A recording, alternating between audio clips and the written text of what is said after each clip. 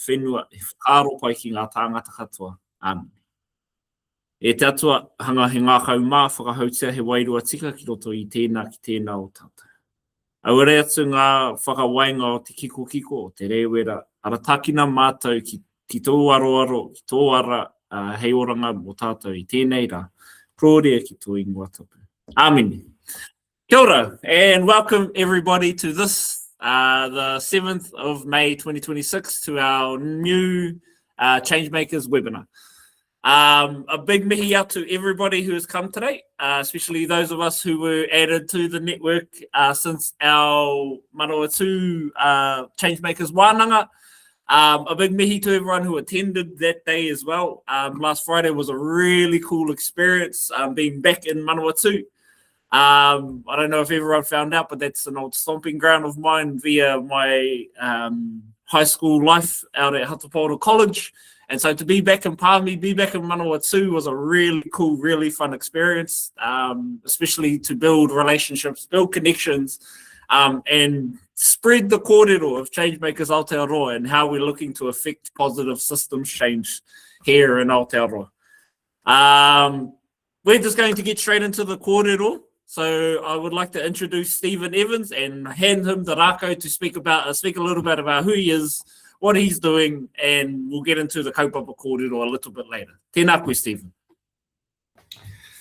Kia ora hone, ko Star toku awa, ko Clint toku maunga no Ingarani ahau, ko te whānau o tū mātua te kura, ko Stephen toku ingoa. Thank you for the opportunity, Hone, for being here today to share a little bit of my whakaro, and thank you everyone for your time. I know it's precious, and I please invite you to all drop any partai as I talk, and I can pause and we can make this an interactive experience. Cool. My intention today is just to share some experiences around how my kura and communities that I've been part of have found a more authentic connection to Te Tiriti in the way we've engaged, learnt, and become empowered to sort of actively honour Te Tiriti in purposeful ways. So first of all, I want to talk a bit about where I currently work at. So I'm a tumawaki at Te Whānau o Tū Mātua. We are interventional magic for diverse young boys, teenage boys really, who are on the spectrum, neurodiversity spectrum, but have had challenging whānau situations, or whānau have not been able to support their needs and they've not succeeded at school. So many of them come quite traumatized about learning and dysregulated, and our job is to really try and do interventional mahi for a year to give them a sense of purpose and belief in themselves as people so they can kind of go back to their learning spaces. You can tell by my accent, I'm originally not from Aotearoa. I grew up in England. When I was 10 years old, I wrote New Zealand, here I come on my wall. Still don't know why, but I followed my instinct and feeling rather than my logic. And that is a segue into really how the mahi I'm about to talk about has helped lead me into good pathways. I wanted to go beyond doing waiata and te wiki o te reo Māori at my kura. And as someone who is not born in Aotearoa, I found myself in a position of leadership to try and support my whole team to embrace a more genuine approach to te ao Māori, and particularly to help those individuals that I could see were resistant to some of our te tiriti training, and even just to say kia ora when someone came into reception. And for me, I felt they were equally disadvantaged in their thinking, because often people are conditioned by their whānau and their generations of whānau. And I was trying to wonder how I could get people to intrinsically be more aware of how they could embrace other people's perspectives. The picture at my previous school where this story started was we had young people who were a lot more, let's say, on the autistic spectrum than the tamariki I have here. And for a lot of that staff, they didn't see a lot of the meaning why they had to speak more today or be involved with anything cultural, because the young people they were with often were not verbal and learning how to toilet themselves and just been able to function day to day. So I try to think of something more relevant that everyone could get behind. I'm part of a special needs principals group that over the last 2 years have been really good at meeting and doing hui once a term, and we've had a cultural focus. So several years ago, I was lucky enough to go to Waitangi and met Ngāti Kaha, who's the Waitangi chair, and other really inspiration from people like Tohi Ashby, who helped me understand this understanding of history around different places in Aotearoa, but through personal reflections based on pūrākau and their own personal and whakapapa stories, rather than just the knowledge that we sometimes just try and feed people. And I found that through my own emotional responses and intuition from these experiences, it really helped my approach when I went back to my kura to try and work out how to try and take the inspiration I'd got and the passion I'd got to try and find meaningful pathways to share that with my community. So the first story I want to talk about is the concept of food sovereignty as being real wealth. Ngāti Kaha talked about the word sovereignty is obviously a contentious part of te tiriti and something people have argued about the meaning of. And he said that he'd come to an understanding of food sovereignty being something we could all understand and get behind. And he recounted a story that he was aware of around the Hongi Hike, who went to see St. George in the early 19th century, knowing that people were starting to come and other people from Europe were starting to come to the country. And there was this potential of needing to engage in partnership and making a choice of who that would be with. And he saw the poor people and people starving on the streets of London, and had the confidence to approach the king and say to him, if your people come to our country to live, and if you're going to come and share our space, no one is going to be poor. We're going to make sure you have enough kai. Because it was a concept that didn't exist, it seemed, where people were left not have enough and have to beg for their food. So when I went back to my school, I thought, well, you know what, kai is something we can all get behind. So the first thing we started to do was just reestablish basic things that many people do in schools, which is get the veggie bed started again, get the children's hands in the soil, give them that sensory experience. And beyond this, because we had a problem when children were engaging and technology was being too much of a perhaps go-to thing. We were going to put down the dead devices, put down some of the stimulus, and go outside and get more in touch with the natural world. From those places, we went out and we found places in the community that were doing initiatives where people could grow kai for the community. So not just do vegetables and kai for yourself, but get into the concept of doing more than enough so you can give kai to other people. So some of our tamariki were going out and working in the community more because of that focus to try and produce kai and understand kai, but do an abundance for others. So then we were going out in the community and having more exposure to people outside of our kura. So Stephen, just before we get into the next kind of part of it, there was a question that's been floating around in my head since we've started having this conversation. What were some of the barriers to getting these tamariki from your kura out into the community? What were some of the struggles that you found with that process? Were there any struggles, or what were some of the major success? Like, because the success is getting the tamariki into the community, understanding that there are already taumahatanga or weights on the tamariki from your kura. What were some of the pathways that you had to build? What were some of the connections? What were some of the relationships you had to build to get your kura into these community spaces? A lot of the tamariki struggle with lots of people and business, like urban environments.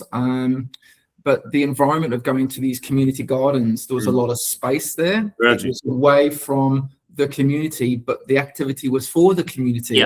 So even though they weren't going to where maybe a lot of people were in community spaces, they were in an open green space that was safe for them, engaging for them, safe to manage because there was space to run off and have, if someone was in crisis or dysregulated, they had somewhere to go.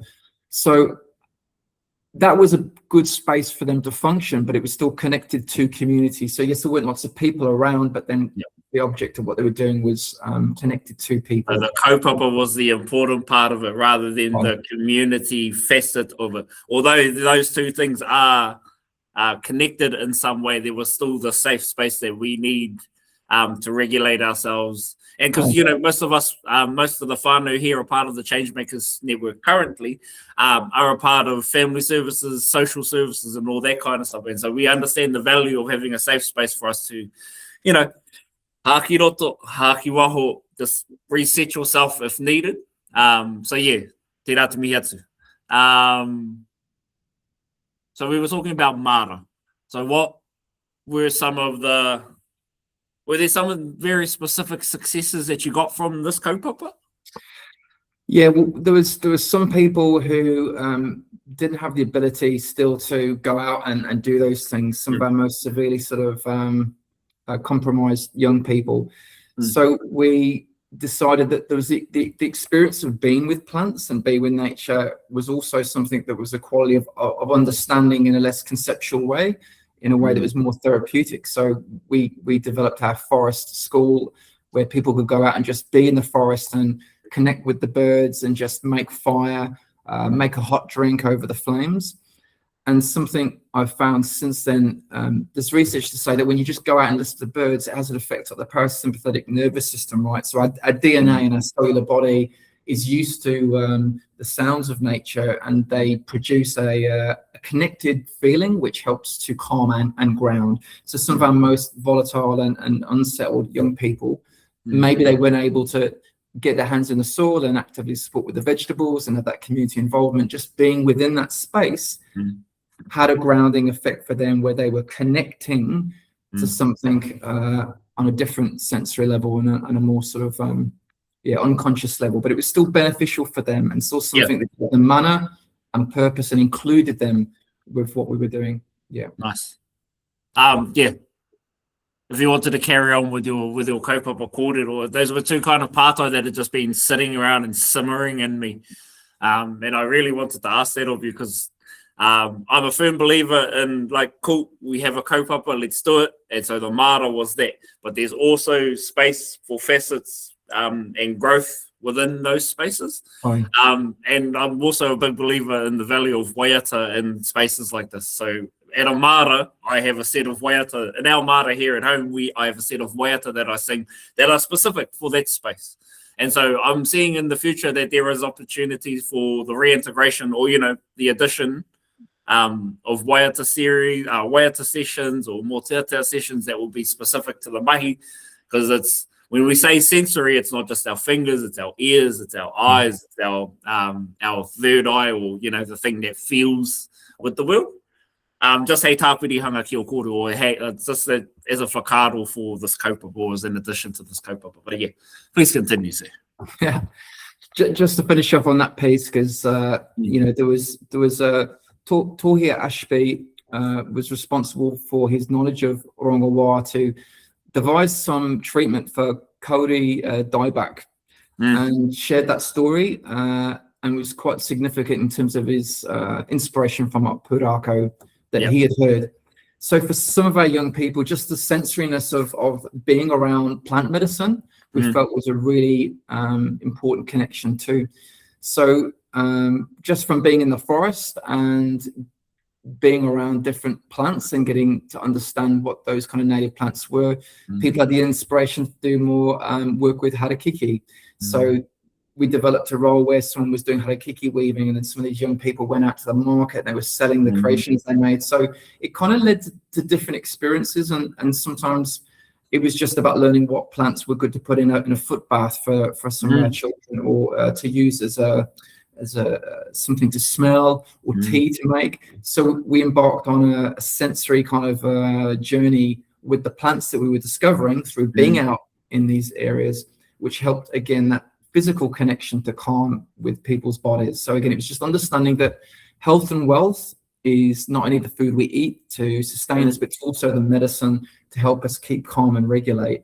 And when we do that, we're able to access communities, we're able to access other people and things that maybe weren't deemed possible before. The most important thing I want to talk about, which is the gold here, is the power of pūrākau and stories. And again, I decided to do some movie making with some of my tamariki around the creation story and how Maui snared the sun. And I wasn't sure how to do it, and I was a bit scared. I had my cell phone, that was my camera. I felt like Peter Jackson in the early days with no resources, but I'm going to do something great here. I'm going to do it.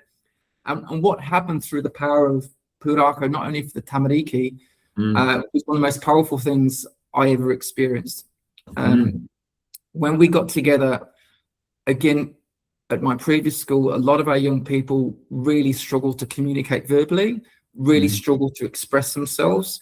Many of them have never really expressed themselves in front of other people or even for themselves. The process of coming together, we had to look at the different characters in the story. We had the children, we had Rongo, we had Tawhiri, we had Papa Tuanuku and Ranganui, and we didn't even know how we were going to act out the story because the children didn't feel confident being on stage in front of people. So what we did, we had a screen and we used shadow work. Nice. So the children weren't in front of the screen, they were behind it and they hid. But we put on some music we asked one of our young Māori students who was incredibly shy, incredibly inept at being able to express himself. What is a song that represents peace for you? What makes you feel calm? Because Rongo is around cultivated food and peacefulness. And he asked for a Christina Aguilera song. Well, we put on the song Beautiful by Christina Aguilera. I don't really know, but it's a very heartfelt song. It's quite a beautiful song. And what we witnessed in that moment, in the shadows, as we were the other side of the screen, was this boy completely open up and embody the qualities of Rongo through this dance. And we took some footage of this thing and we never had to ask him to do it again because it's so perfect. And people were in tears. Nice. Not just because of what he physically did, but because how he embodied this sense of peace, something he never really could emulate in his own life. He had permission to kind of become something else in a story that allowed him to be what he struggled to be in real life. We had another young man who wasn't engaging with school at all. He was too violent. He was in homes a lot at that point, in our residential homes. So we gave him the chance to be Tawhiri. I talked to him about the frustration and anger of Tawhiri. And it was the only thing he engaged in that term. He came in and became the rage. He became the confusion. He became the frustration. And through doing this, he was able to tap into a part of himself that he was scared to tap into, feelings he was hiding, but he was able to do it through the power of the pūrākau. So the process of making these movies were great, and the team were coming in and enjoying it because, you know what, it was fun. It was about self-expression. It wasn't about cognitively having to agree politically or through maybe a sense of, you have to talk more today or you have to sing this wire. We're just saying, well, we just want you to involve you with being creative about how we adapt these things to the mahi that we do. But through doing this creative expression of the pūrākau, people were using more te reo. They were asking more questions in a culturally responsive way because they could see it had value for the children. They were enjoying this process. There's no right or wrong with the story. There's no, you have to do this or we need to do more of that or this is responsible to do this. It was a feeling, and it was through art and self-expression, and it brought everybody together. And the final piece on this was that we managed to show this movie. It was about 20 minutes long for Matariki. And then, of course, everybody went, well, I'll do the kai. And we need to invite the local iwi, and we need we need to make sure we have enough pizza for everyone. We need to make our own pizza and get the vegetables that we did and put them on the pizzas. Manaki tama. The community event of just celebrating the mahi again created all these more conversations and questions that were happening in a way that I couldn't have asked for if I had asked for it. You know, it was naturally happening through the context of self-expression and the storytelling. So I'll just have a breath to finish that piece because for me, the storytelling and engaging people through story creates so much fun and life and community and honouring in a way that I couldn't do by saying, hey, this week, this week, right, we need to learn a new wire. Do this. It just happens by stealth. The fun of unstructure or no structure is that the freedom to express yourself comes out. Me, as a Māori person, manaakitanga is kind of forefront when we're running kaupapa. And because what you just explained when you had that matariki showing of the movie was just like, this is what should happen because it feels right for me to care and manaaki these people that are coming to our kura, to our whare, to share in this kaupapa that we've created. And then, so from the beginning, so the seed of this kaupapa is the idea of self-expression within an enclosed space or a safe space for tamariki who are on the spectrum. And so what grew from it was this idea that this kura could be the home of an idea that helps regulate or helps keep our tamariki who are on the spectrum safe within and giving them the idea or the whakaaro to self-express. And so grown out of there like a shoot that come from that seed is this idea of manaakitanga. We've got a manaaki our manuhiri. We have to reach out to mana whenua because they were here, they've been here the whole time. It's specifically on the mana whenua. What was the process or what was the relationship that you needed to keep that hononga warm? What was the connection with ahika or mana whenua? How did you manage that? I asked my general manager if he had a particular contact of someone, because before I started the creation process of the creation story, I had to honor that different iwi and hapu have different versions of the creation story. And at the time I was in Hawke's Bay, and I wanted to make sure I was culturally responsive for what the Hawke's Bay version of that creation tale was. So I managed to speak to someone who was quite revered within that iwi, who came to speak to me and put on some morning tea, told a bit about who I was, what my intentions were, and we had several hours together talking around intention and how to do things tika. And she reminded me that around the intention and the heart of what you do being a really important thing, and that was ultimately the guidance that I got. But from that, just as a side note, I ended up getting a mentor who I still have, because of my intention to get someone to guide me on the movie. We talked for 55 minutes, nothing about the movie. We talked about completely different things. Yeah. And what came out of that conversation, again, it's around, what did I write on my other sheets? It's around the,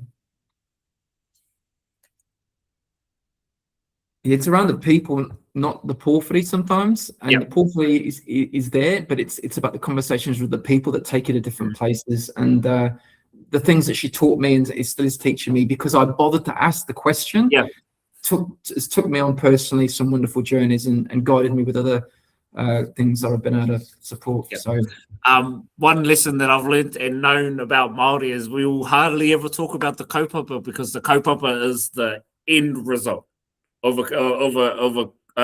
theme of kōrero that needs to happen before. So when I hui with someone, objectively, I'm talking about the kaupapa, but in the most roundabout way that I possibly can, because primarily to me, I want to know who you are. What are your intentions? What kind of flexibility do you have in your mind as a way of gauging whether or not it's worth it or it's safe to hand you this taonga?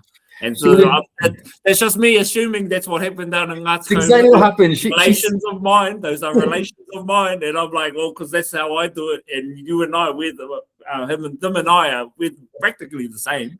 Yeah. And so I like, it's vetting, it's safety, it's like whether or not I share you with you, because the kōrero itself is taumaha. Our creation story is essentially taumaha. Taumahatanga. So Tāwhiri was frustrated because his brothers didn't listen. And so that's why he's frustrated. To Matauranga, him going after the fact and, wanting to kill them so that we could have te ao marama. It's frustration, it's anger, it's pain and all of that kind of stuff. But Tāne making the grown-up call to just say, no, just me whakawehe tā, or let's just separate them as a way of keeping them within our kōrero, keeping them within our whakaaro, but then allowing us space to grow in te ao marama. And so, that's what I was thinking. Thanks. Just as a kind of halfway note, kia ora te whānau, everybody else, if you have any pātai, there's a little chat function in the Google Meet meeting that we are currently in. If you have any pātai, please leave them in there. But let's just carry on with our kōrero. I saw that we wanted to talk a little bit about what are some of the current mahi that you're doing. Yeah, I mean, just to finish on this piece, you're quite right. When I had the person come to see me from Ngāti Kahungunu, she wanted to check me out.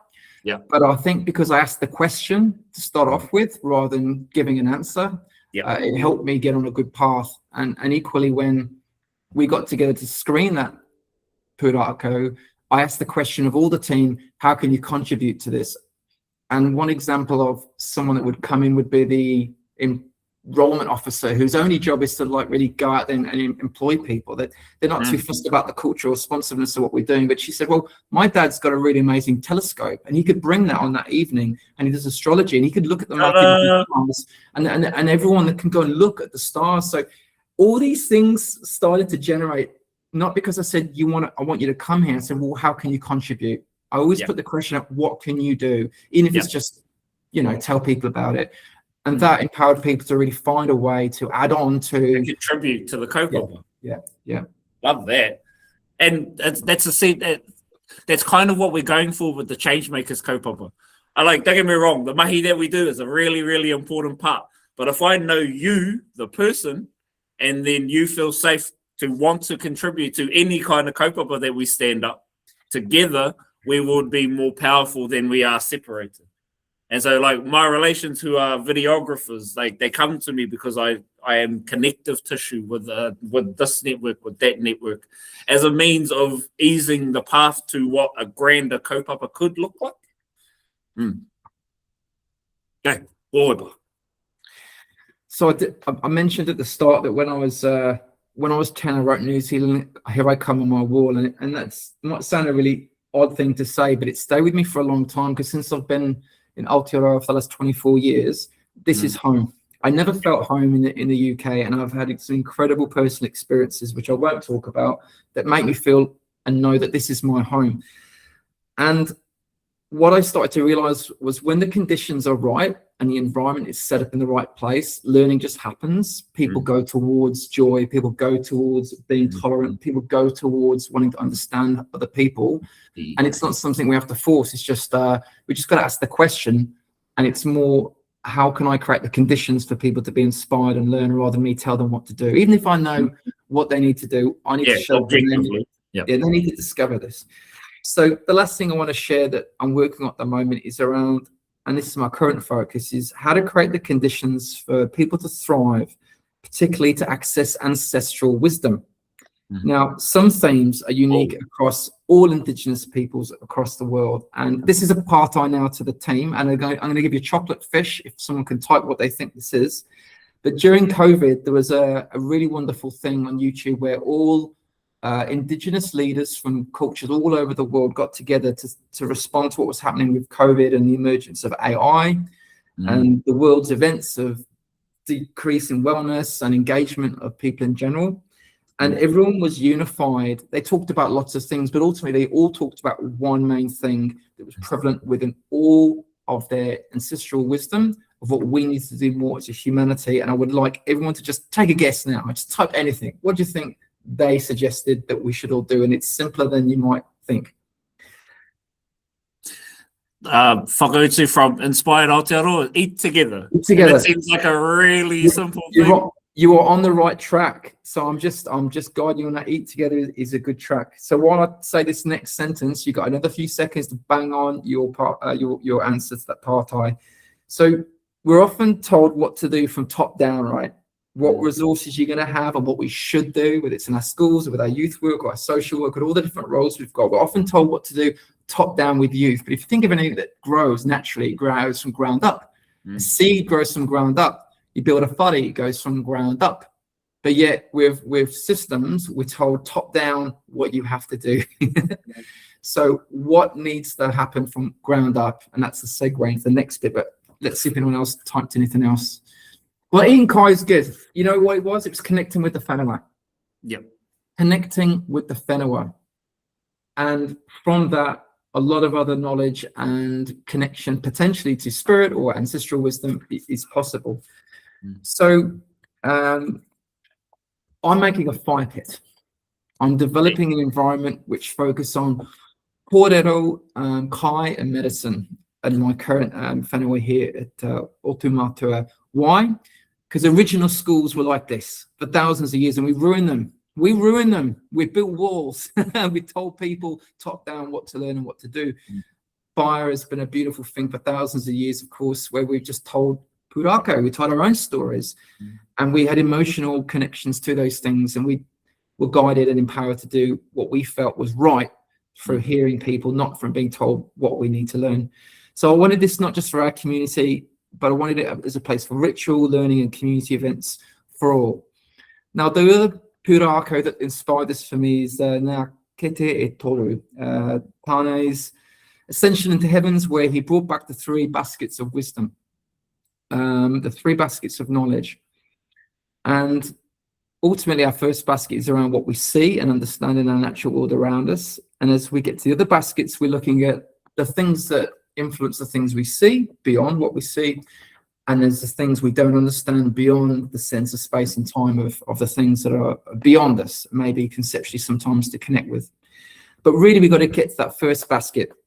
It's the seeing of the world around us and the natural processes. And there's no better place to focus on, as the Indigenous leaders said, than just observing nature, being in nature and accessing that. If we think of Maslow's hierarchy of needs, right, most of our tamariki here at school are traumatized with learning. They hate school. They don't want to be here because they've had disappointment. They've had overstimulus and they're in their brainstem. And if we're in that space, we can't even begin to connect with the natural world and the things that are actually living around us. We can't have a relationship with ourselves without connecting how we relate to the world that's sustaining us, right? So to get to any learning or learning beyond the learning, that's the first place. So this fire pit was an opportunity to have student-led projects to think about the planting, the native plants that should be around here, learn about the atua that are representative of the compass directions. We've commissioned a waharoa at the moment that all the tamariki are going to be involved with carving, which documents the rivers and the places around here. Because all of this is part of bringing them into understanding where are they in this space and time while they're here at our kura, and what is around you. What can you see that's beyond yourself? Because being in themselves is too stressful. But to realize there's something else to connect with outside of yourself, whether it's people or the universe or the tree in front of you, that's what they need more than ever to regulate and have a sense of calm. You mentioned earlier that so getting out of our brainstem into a learning space or a safe space.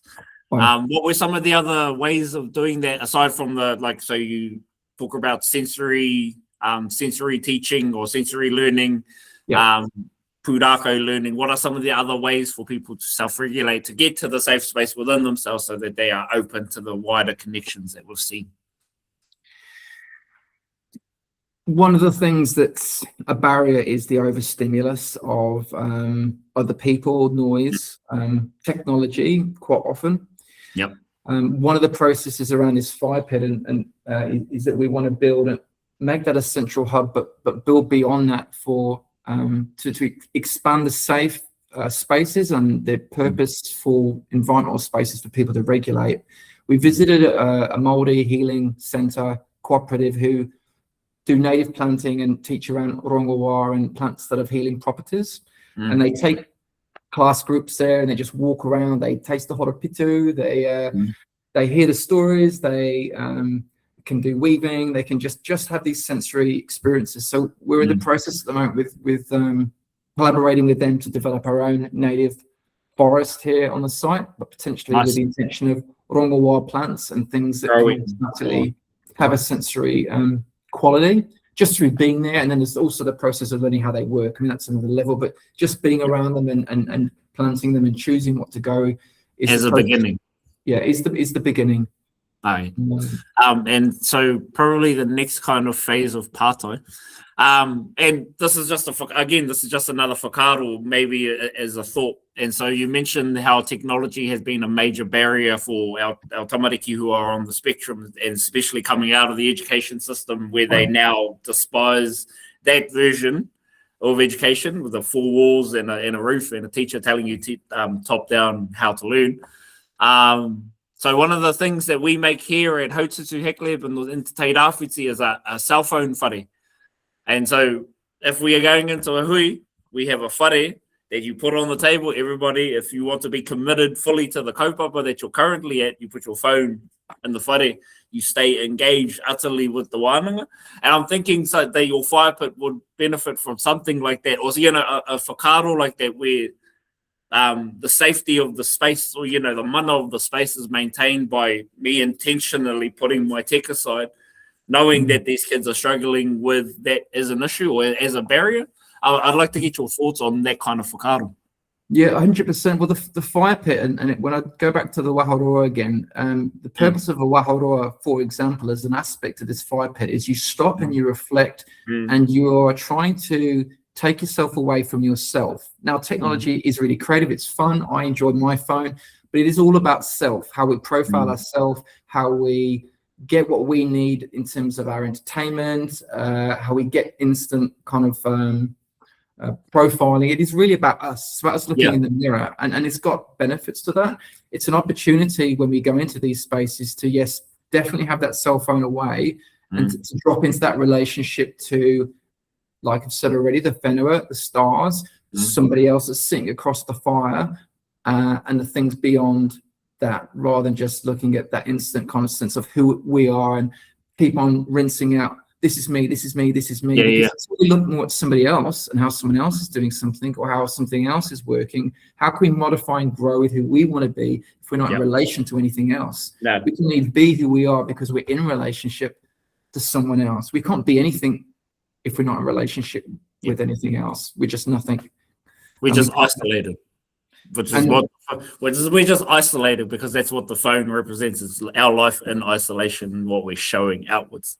But yeah, the final thing I really want to leave you with, and this meant as a bit of a way of summing up really, and leaving a question maybe to consider here, is but going back to the challenging thing, going back to some of the themes at the start of my whakaaro, some of the experiences I've shared and the ways I've managed to do it is touched on equity, partnership, sovereignty, and the acknowledgement of freedom of religious and cultural ways of life. And all those things have been covered through the power of pūrākau, coming together and eating kai. And whoever said that, central part of it, people want to come together in community. They want an excuse to come together and put the phone down actually and be around the fire and have kai, break bread. It's in our DNA. But this is the question I ask, when the conditions are provided to go beyond our experiences of self with what we experience and know, can this help engage our people to discover the wisdom and actions that are beneficial for all, that stem from morality and values rather than fear and personal desires?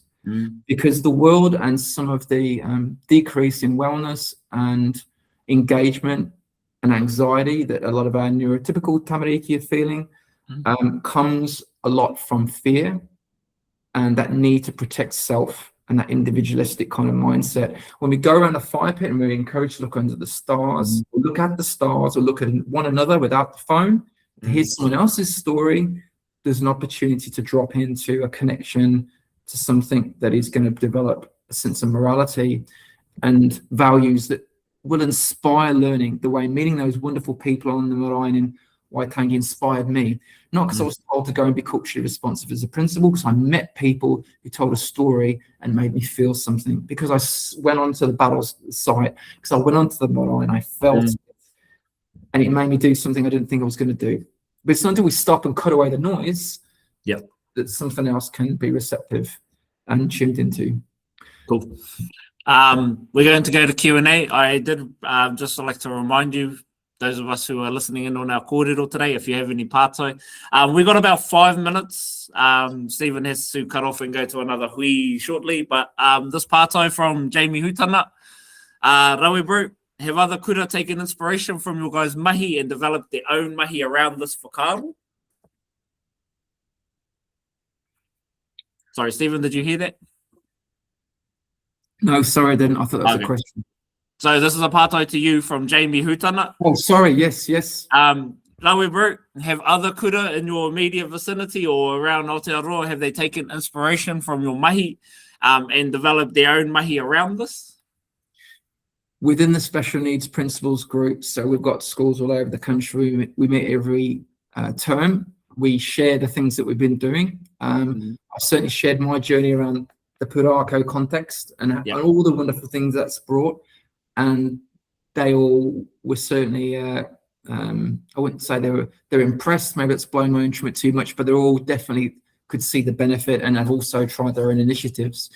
More importantly, at the moment, I'm trying to focus on that in terms of how does this good mahi expand beyond the walls of where I am. And I'm outreaching to primary schools here, secondary schools, because we've got 17 acres here, and I'm Nice. allowing people to come here and use that place to have their conference meetings, because it's a bugger to park in Christchurch, and saying, come here, walk our land, see what we've done, come and use our space for ritual, for hui, with your children, with your groups, to have professional reflection. And I'm trying to bring people in to feel the quality of what we feel when we have the privilege of being out in this beautiful natural environment we've got here. So I'm working on the networks here in Otatahi, and the other schools have had some ideas too.